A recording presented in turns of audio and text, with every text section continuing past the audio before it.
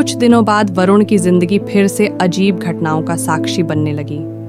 रातों में उसे खौफनाक सपने आने लगे, जहां काली किताब के पन्नों से निकलते अंधेरे साए उसकी नींद उड़ा देते थे। दिन के उजाले में भी उसके चारों ओर कुछ अनदेखा सा महसूस होने लगा। हवेली के पास के जंगल में अजीब रोशनी झलकती, सुनसान पगडंडों पर हल्की हल्की फुसफुसाहट गूंजती।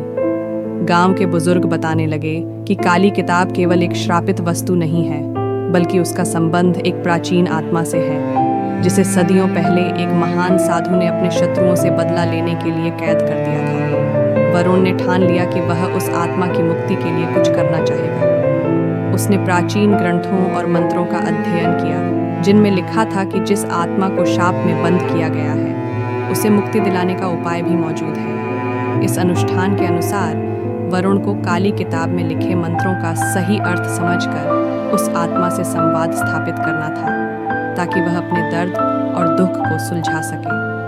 एक बार फिर चांदनी की रोशनी में जब हवेली का माहौल और भी रहस्यमयी हो उठा, वरुण ने अकेले अनुष्ठान करने का निर्णय लिया। उसने ध्यान में बैठकर धीरे धीरे प्राचीन मंत्रों का उच्चारण शुरू किया। जैसे ही उसके शब्द हवेली की दीवारों में गूंजने लगे, काली किताब के पन्नों पर हल्की हल्की रोशनी उभरने लगी। थोड़े ही समय में उसकी आंखों के सामने एक धुंधली आकृति प्रकट हुई, जिसकी आंखों में गहरी पीड़ा और उदासी साफ झलक रही थी।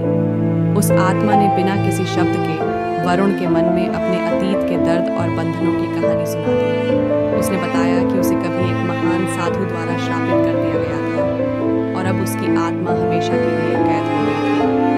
वरुण ने उस पीड़ा को महसूस करते हुए प्रण किया कि वह इस आत्मा को मुक्ति दिलाने का पूरा प्रयास करेगा। उसने अपने पास रखे प्राचीन मंत्रों का उच्चारण तेजी से दोहराया। हवा में घुलते अंधेरे के साए धीरे धीरे छटने लगे और उस आत्मा की काली परछाई हल्की रोशनी में विलीन हो गई। कुछ ही पलों में हवेली में फिर से सन्नाटा छा गया और काली किताब अपने अंधेरे रहस्यों में डूब गई। वरुण उस रात से कुछ बदल सा गया था। उसके मन में एक गहरी शांति बैठ गई। परंतु हवेली और काली किताब की कथाएं आज भी गांव में एक चेतावनी की तरह गूंजती हैं। लोग कहते हैं कि अगर कभी अंधेरे में उस किताब के पास जाना पड़े तो सावधानी ही एकमात्र साथी है। कुछ दिनों में उसके जीवन में कुछ और बदल गया। पहले जो अजीब सी शांति मिली थी, उसके स्थान पर अब एक अनचाहा बेचैनी और निरंतर अशांति घर की दीवारों पर दस्तक देने लगी। रात को उसे अपने बिस्तर के पास किसी अनजान साए का गुजरना महसूस होता और कभी कभार तो उसकी आंखें खुलते ही अंधेरे में एक झलक देख पाती थी, मानो कोई आकृति धीरे धीरे उसके कमरे में प्रवेश कर रही हो। गांव के कुछ बुजुर्गों ने कहा कि हवेली में उस काली किताब से जुड़ी घटनाओं का असर अब वरुण के जीवन में भी देखने को मिल रहा है। वरुण ने समझा कि शायद वह आत्मा पूरी तरह मुक्त नहीं हुई थी, या फिर काली किताब की शक्तियां फिर से सक्रिय हो उठी थीं। उसने बार बार अपने अध्ययन और प्राचीन ग्रंथों में यह खोजने की कोशिश की कि कैसे इन अनदेखी शक्तियों को नियंत्रित किया जा सकता है। एक रात जब आसमान पर चांद की हल्की किरणें बिखरी हुई थीं, वरुण ने अपने घर के बाहर बैठकर ध्यान लगाया। उसे महसूस हुआ कि उसकी आत्मा में कहीं एक गहरी खलल सी उतर गई है, जैसे कोई प्राचीन दर्द उसे जकड़ चुका हो। उस रात उसके सपने और भी तेज हो उठे।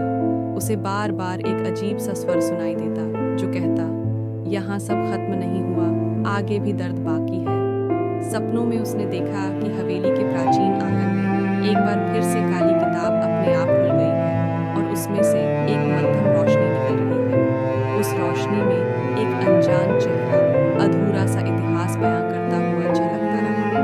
वरुण ने सपना देखकर अपने अंदर गहरी चिंता का अनुभव किया। उसने तय किया कि अब वह किसी भी कीमत पर इस रहस्य का समाधान ढूंढेगा।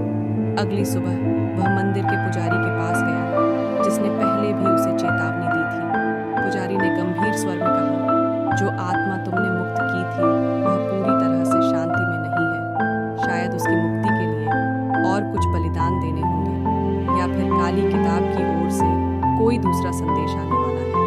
वरुण की आंखों में थकान और चिंता साफ झलक रही थी, पर उसने पुजारी की बातों को गंभीरता से लेते हुए आगे की प्रक्रिया के बारे में जानने की ठानी। गांव में चर्चा होने लगी कि हवेली के पास कुछ अजीब घटनाएं हो रही हैं। रात में लोग सुनसान रास्तों पर किसी अनजान आवाज़, किसी अधूरी पुकार को महसूस करते हैं। कुछ कहने लगे कि वरुण के घर के बाहर कभी कभार एक धुंधली आकृति दिखाई देती है जो धीरे धीरे गायब हो जाती है। वरुण ने इन बातों को अनदेखा नहीं किया। उसने अपने पुराने दस्तावेजों और प्राचीन ग्रंथों के सहारे एक समाधान निकालने का प्रयास किया, जिससे वह उस आत्मा को संपूर्ण शांति प्रदान कर सके। एक बार फिर चांदनी रात में वरुण ने हवेली की ओर जाने का निर्णय किया। उस रात हवेली के पास पहुंचते ही उसे ऐसा लगा मानो हवा में हल्की हल्की फुसफुसाहट हो रही हो।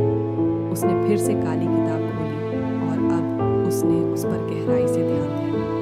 पन्नों पर लिखे मंत्र उसकी आंखों के सामने एक एक करके उजागर हो रहे थे, जैसे कोई नया संदेश निकल रहा हो। अचानक किताब से एक झपकी सी रोशनी फैल गई और उसके सामने एक स्पष्ट आकृति प्रकट हुई। यह अब पूरी तरह से अलग थी, लेकिन अब कुछ शांति का आभास कराते हुए उस आत्मा ने बिना बोले वरुण की ओर इशारा किया। अब तुम सही मार्ग पर हो और अंतिम बलिदान बाकी है।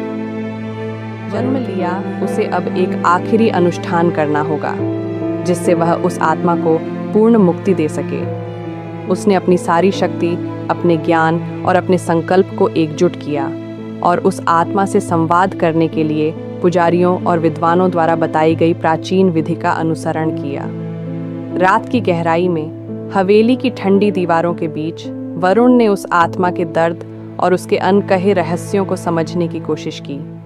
गहरी ध्यान की अवस्था में उसने मंत्रों का उच्चारण किया और धीरे धीरे उस आत्मा ने अपने दर्द के सारे बंधन खोल दिए। हवा में एक मध्यम हलचल हुई और मानो हवेली के हर कोने से शांति की किरणें फैलने लगीं।